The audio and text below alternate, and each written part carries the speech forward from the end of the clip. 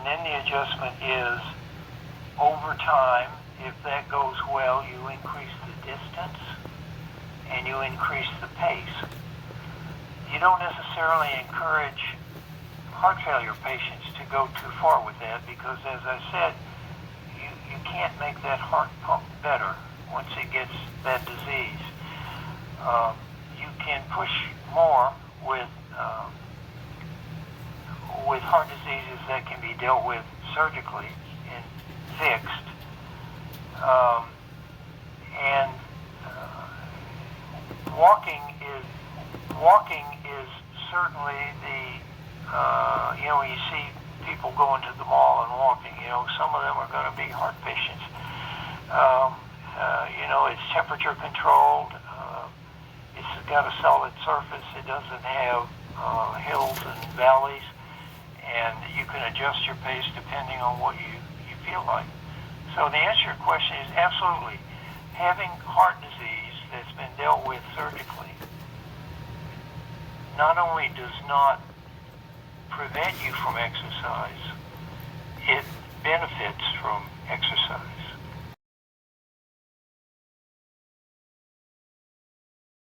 So Staten Islander News speaking today with Dr. John Pippin. He's Director of Academic Affairs for the Physicians Committee for Responsible Medicine, a nationwide organization of physicians, scientists, educators, and laypersons that promotes preventive medicine, especially good nutrition, and addresses controversies in modern medicine, including ethical and scientific issues in education and research. Dr. Pippin works to replace the use of animals in medical and drug research, medical education, and the training of physicians, nurses, and other medical professionals. He has testified before the U.S. FDA and the Institute of Medicine on how misleading animal experiment results contributed to the approval of Vioxx and other dangerous drugs. He also testified in 2011 before the Institute of Medicine Committee on the Use of Chimpanzees in Biomedical and Behavioral Research and has participated in a debate regarding animal experiments in the UK House of Commons. Dr. Pippin directs the Physicians Committee's campaigns to replace medical school animal laboratories, to end the use of animals for trauma and specialty training, to replace animals for medical research and drug development, and many other projects. He contributes research and articles for Good Medicine and serves as a media spokesperson for the Physician Committee's efforts. So good morning, Dr. Pippin. It's good to speak to you today. Hi. I'm glad we were able to connect. I've read a lot of articles. I'm not sure if you're familiar with the Orthomolecular Society. They have a lot of, their physicians all research just vitamins and medications and how they help with specific health conditions. But that was one of the issues that they have with a lot of the supplement studies, is that they never use enough of certain things that are safe. Like vitamin C, we know is safe. You literally cannot take too much of it. But that would cause like poisoning or death or something. And some of the fat-soluble vitamins can be harmful, but then they also had found actually like several decades ago, that vitamin E, even though it's fat-soluble, is also very helpful for the heart in larger doses that they found didn't actually cause harm. So, and I just wanted to mention some of the things that you were talking about. So one of the drug classes was a vasodilator, and I'm not sure if you've ever heard of the herb feverfew, but feverfew is an extremely good vasodilator, so I wonder if that might help. And for the arteries being coated with substances that don't belong there, they used to have a supplement, they used to have a lot of research on grapefruit pectin, which seems to have stopped in recent years, but that was really helpful for dissolving arteriosclerosis. They had done some studies on that in the 2000s, I believe. So I just wanted to mention that. Yeah, I guess years ago, yes. I don't know if it ever went over to humans or not. And I know that one of the major issues that's been facing some of the research on supplements and vitamins and stuff like that is dosages. So like if they give, for example, if they give 500 milligrams a day of vitamin C to somebody and it doesn't help, But if they gave them 3,000 milligrams, it would help. So a lot of times, at least some of the studies that I've seen, if they used more, instead of just stopping the study and saying it doesn't work, they might find that it works. But that's like a whole different issue. Right, whatever they're studying it for. So, for example, vitamin C is very good for immune stimulation, but if you don't take enough of it, it doesn't show those kinds of results. So when they've done studies with high amounts of it, it's helped, but when they do low amounts of it, it hasn't helped. Yeah, sorry about that. The internet went out right then, so I didn't hear any of that. So if you could just start that answer again, that would be great. Sure. Pig valves have certain advantages. They're easy to insert. I'm not going to talk about the ethics of it because I think you and I probably agree that we should not be killing pigs to put heart valves in people. But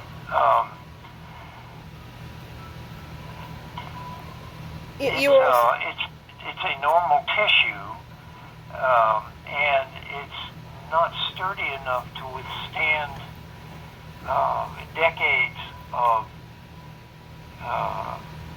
normal function. You put in a pig valve in a person who, say, is in their 40s, and you may need to replace it when they're in their, say, 60s.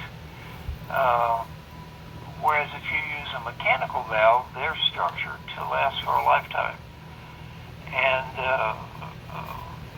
it's unlikely in the absence of a complication like endocarditis, infection on the artificial valve, you're not likely to have to ever replace a mechanical valve, but you may have to replace a pig valve. Okay. And when you say a mechanical valve, are they made out of plastic, metal, or something else? Yes. there are different types. They're made out of different types of metal and a ring structure that is very sturdy as opposed to an animal valve, which the ring structure is flexible. In a mechanical valve, that ring structure, which is what holds onto the leaflet, is very sturdy and is not likely to fail. So it's like if you had a car and you had a convertible and it had a ragtop roof, it would not be as sturdy as if it had a retractable metal roof. And it's the same kind of thing. The heart can beat for years and years and years and have no real impact on the function of a mechanical valve, but that's not true for pig valves. Okay. And what kind of metals do they usually make these artificial valves out of? Are they very inert kind of metals like stainless steel, or are they using like aluminum, or? You got me there. I didn't. That may have changed since the last time I reviewed that topic, but if you want, I can look that up and see what the mechanical valves are typically made of. There's more than one type of mechanical valve. The struts, which are what hold the leaflets, are made from metal. The leaflets themselves are made from different durable tissues, not metal, because you would not be able to flip metal back and forth. There's a type called a ball and cage valve, which is, you may have heard some people who have an artificial valve can hear it. You can hear it go click, click, click, click. Those are ball valves. Okay. I can send you information on what the typical materials are. Okay. So with regard to better alternatives to the pig valve surgery for severe cases of mitral valve prolapse, you would recommend the mechanical types of valve replacements. And what are the risks of... No, slow down. Okay. The answer to that is not always. Not always. Okay. It depends on the circumstances. If you're dealing with an 84-year-old lady, you would almost certainly favor a tissue valve rather than a mechanical valve, because one major reason is, and I forgot to mention this, with a tissue valve, PIC valve, you usually do not have to anticoagulate the patient, because the risk of clot forming on a tissue valve is very small. For a mechanical valve, you virtually always have to be on lifetime anticoagulation, and that carries, for some people, substantial risk. So that's another reason why surgeons would, in some cases, favor using a tissue valve, a PIC valve. An 84-year-old lady with mitral valve prolapse and shortness of breath and fluid in the lungs and so on, if I were doing it, I'm not a surgeon, but if I were doing that, I would strongly recommend a tissue valve, because it's going to last the rest of that patient's life in all likelihood. And the risk of anticoagulation in an 84-year-old person who may not be as sturdy or as well balanced or as healthy as someone younger would make the risk of a mechanical valve greater than the risk of a tissue valve. Anticoagulation is a big deal. Yes. Especially for older people and people who are at risk for, say, taking a fall. You take a fall and bang your head, and if you're on an anticoagulant, you can have a major bleed. Right. So when you're considering whether to do a mechanical valve or a tissue valve, those are things that matter. In a younger person, you would tend to favor a mechanical valve because they last so much longer, but the downside is you have to take a blood thinner. And older people or people with other medical conditions who don't have extremely long life expectancy, you would tend to favor the tissue valve because it's safer. It's just not as sturdy. Okay.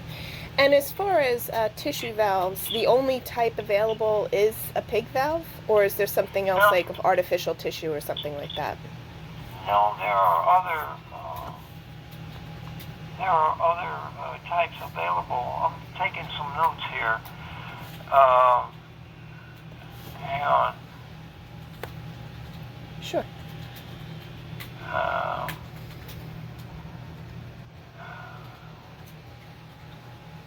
I will see what I can find on non-animal artificial valves that are not mechanical valves but tissue valves.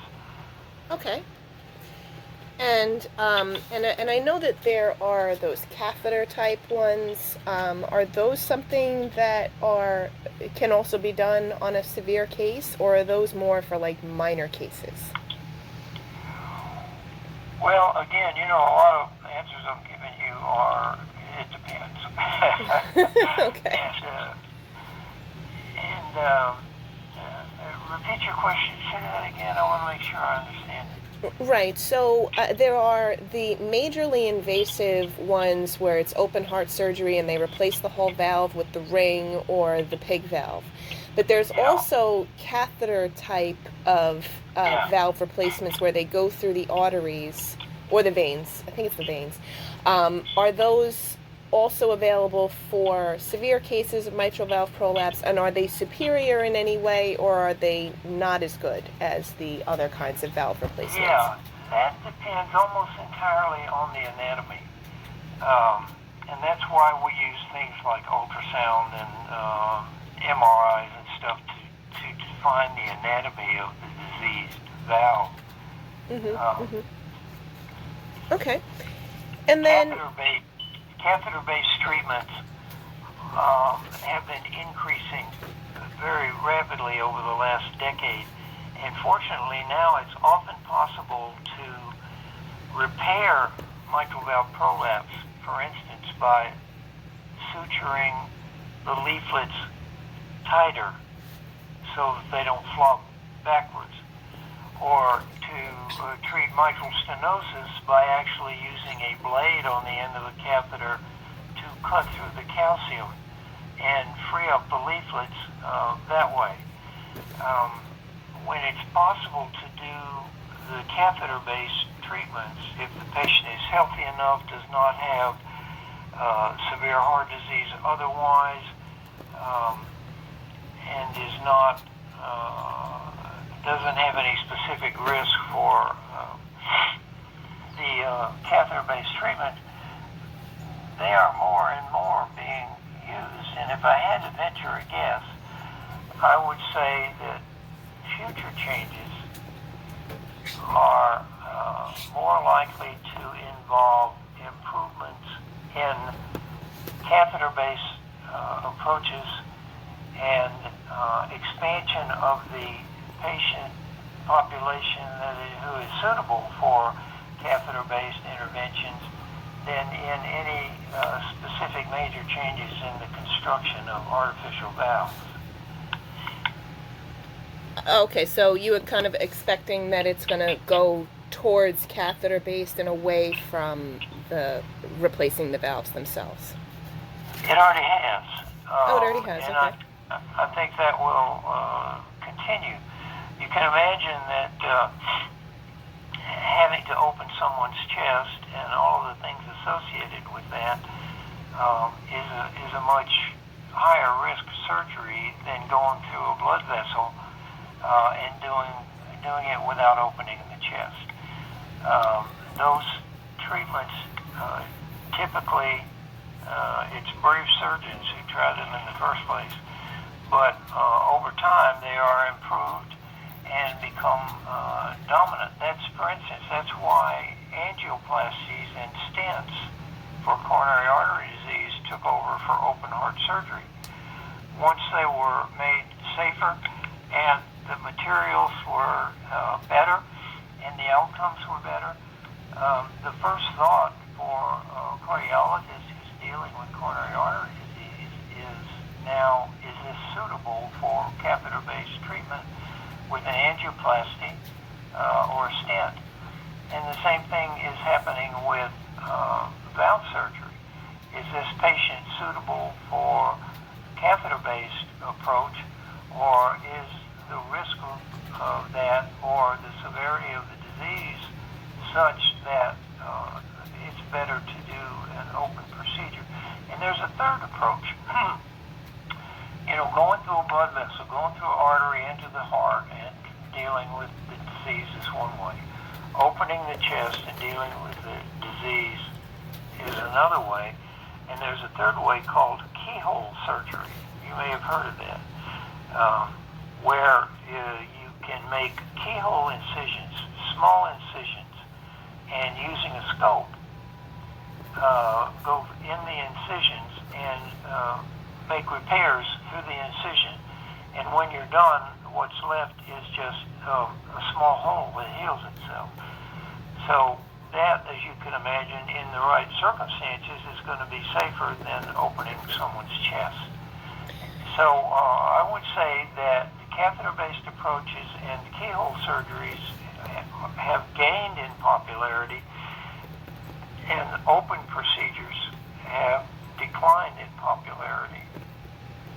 Right.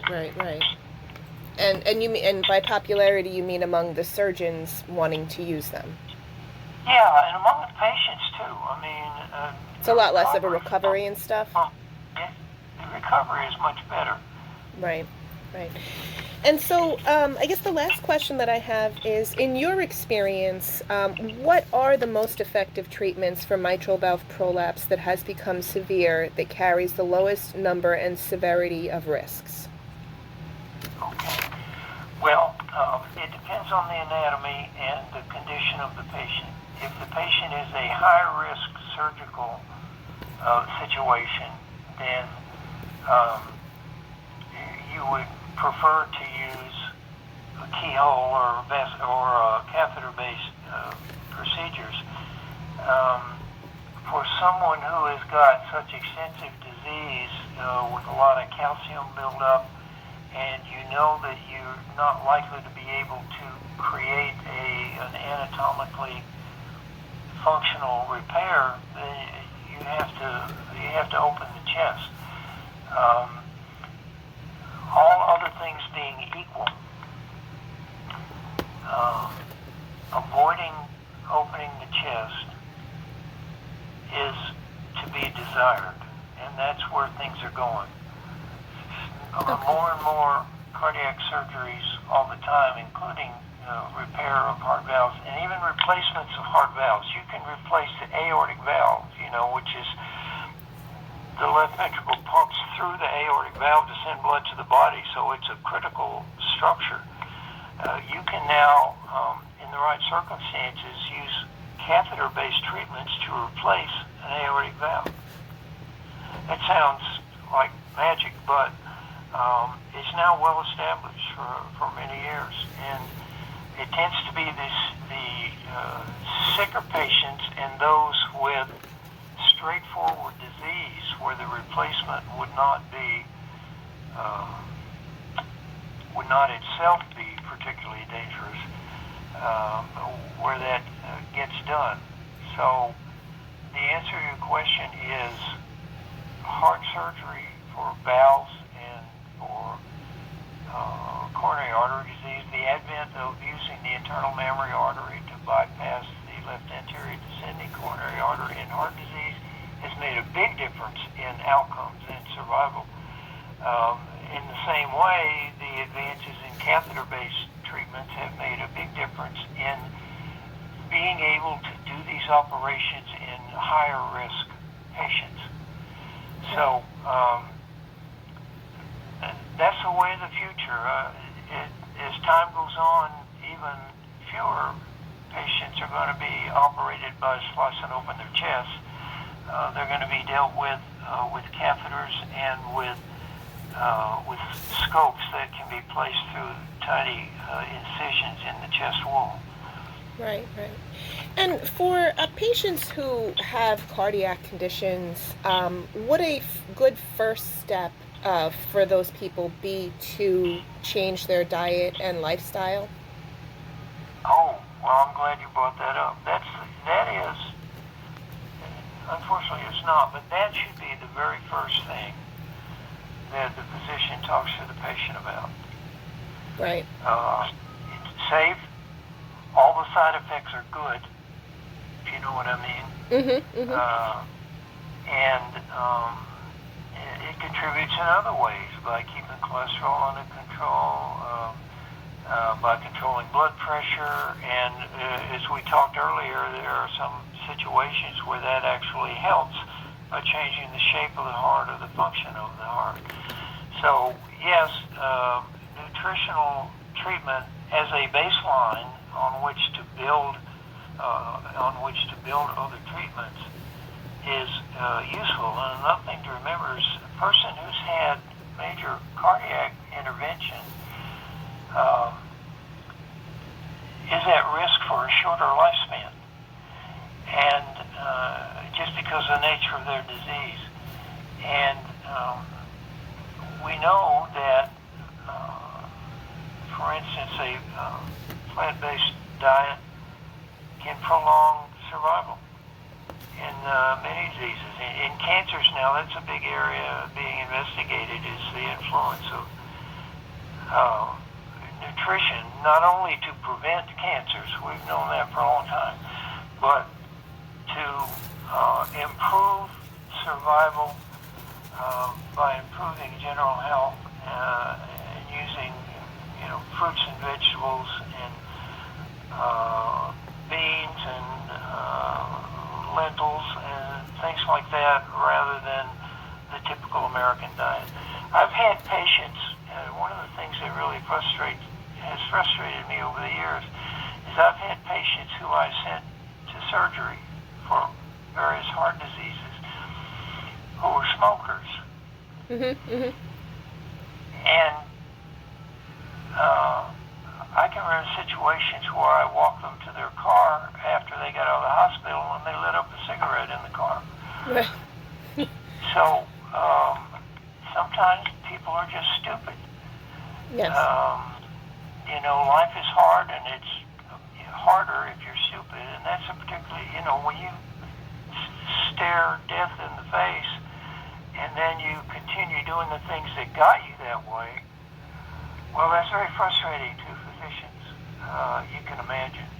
Yes, of course. Absolutely. To work your tail off to pull somebody back from, a bad outcome, and then see that person go back to the same things that caused it. Right. Yep. And then there was one question I had on here I forgot to ask. What is the role of exercise in heart health in general or helping specific cardiac conditions? Yeah, the role of exercise in people without heart disease is very clear. We know that that improved cardiovascular status and oxygen usage and muscle strength and efficiency of pumping of the heart do a great deal to prevent or delay the onset of heart disease of all kinds, and and cancers. That the onset of cancers and orthopedic problems. You don't need your knee replaced, and a variety of other conditions. Now, once heart disease develops, you have to adjust the exercise recommendations to the person's condition.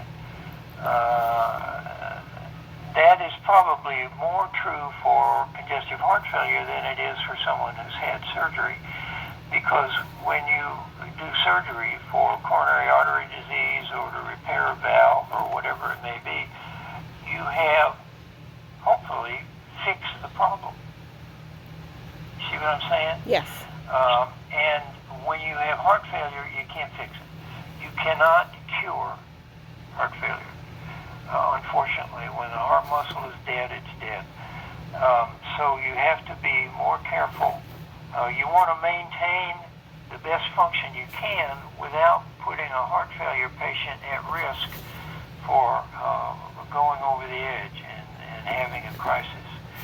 But for the kind of surgeries that we do for valve disease or coronary artery disease, for instance, are so effective, especially with the newer, less invasive approaches that we talked about, that you can gradually increase the level of exercise and get the other benefits that accrue to people who are able to do regular exercise that you can't necessarily get with heart failure patients because of the limit to what they can do. Right. Okay. And when you're talking about like exercise, do you mean like walking a certain amount of time every day, or are you talking about like high impact exercise that would help the heart, or any kind of exercise? Well, you're always going to start with, the exercises that can be done sitting or standing and not in motion, and then you move to exercise that is typically walking. And then the adjustment is over time. If that goes well, you increase the distance and you increase the pace.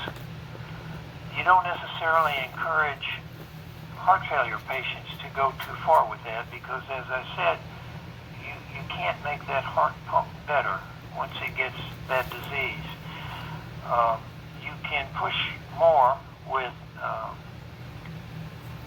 heart diseases that can be dealt with surgically and fixed. And walking is certainly when you see people going to the mall and walking, some of them are going to be heart patients. It's temperature controlled. It's got a solid surface. It doesn't have hills and valleys, and you can adjust your pace depending on what you feel like. So the answer to your question is absolutely. Having heart disease that's been dealt with surgically not only does not prevent you from exercise. It benefits from exercise. Right, right. Okay. Okay, well, I'm not sure if you had anything else to add, but that was all the questions that I had, and it was very helpful to speak to you today. Yeah, those are good questions. You've obviously done your homework. Good for you. Well, I've been researching this for many, many years with my partner, like nutrition, vitamins, supplements, all of that kind of stuff. Just not as much research in heart itself. Yeah, I wish I had better things to say about the role for nutrition and diet in certain kinds of heart disease. Mm-hmm. For prevention, absolutely. Yes. Absolutely. Yeah, if you can catch it early and stuff like that. For valve disease and not so much. For other structural heart diseases, not so much. For heart failure, yes. And what you were mentioning about the enlargement of the heart, that was very helpful too, was that there are actual ways to fix that, and that can the enlargement of the left ventricle, and that can actually cause the mitral valve prolapse. So if you could get the heart to be less enlarged, that's right, then you could fix that structural issue if it's not severe enough, like, if it's not super severe, or if it is caused by being pulled out of shape. Yeah, I think the way to think about that is if you catch incipient heart failure, enlargement of the heart and weakening of the heart muscle early, nutritional, dietary, and exercise approaches can hold the fort, if you know what I mean. Right. Can prevent progression. Once the heart muscle gets to the point where it cannot generate the energy to contract strong enough to get the blood around, I won't say it's impossible to fix, but it's darn near impossible to fix. Right, right. Of course. That's why heart failure, once it reaches a certain stage 3 or 4, the prognosis is much worse than people who have had bypass surgery or valve replacement. Once you get to stage 3 of congestive heart failure, the 5-year survival is less than 50%. The 10-year survival is 10%. It's just an inexorable condition that gets worse, and that's why dealing with valve surgery in a way that protects the heart from progression of enlargement and weakening is the best way to prevent the progression of heart failure. Right, and actually one of the things that that a lot of doctors struggle with, like what you were saying about walking the person to their car and they're smoking a cigarette, is that a lot of patients will just fib.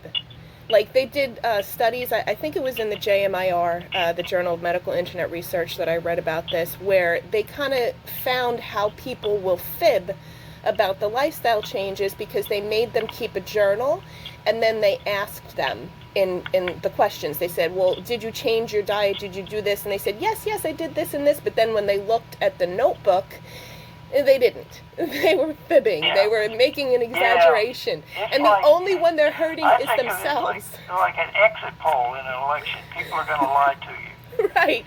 And the only person who's... human nature. Yes, and the only person who's suffering from that lie is themselves.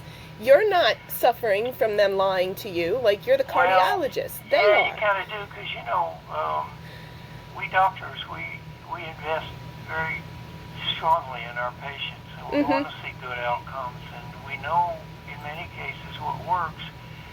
And, the patient who goes home after they have an angioplasty and on the way they stop at McDonald's and have a double cheeseburger, well, that does grind on you.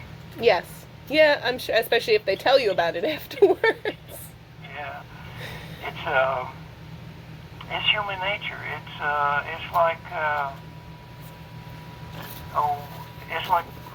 cholesterol. If you've got an LDL, if you've got coronary artery disease and you have a cholesterol that's more than 200, won't stop a bad diet. You know, you won't stop eating meat and greasy foods and overeating, so you deal with being overweight or obese. If you can't do those things or you don't do those things, then you're undoing the benefit of the work. And one of the things that when I'm not seeing patients currently, I'm doing other kind of work, but one of the things that struck me is that when you spend time with a patient and you go over the things they need to do, and you make it as simple as you can, but you still got to do it. You got to get off your rear end and walk. You've got to adjust your diet. You've got to keep your weight under control.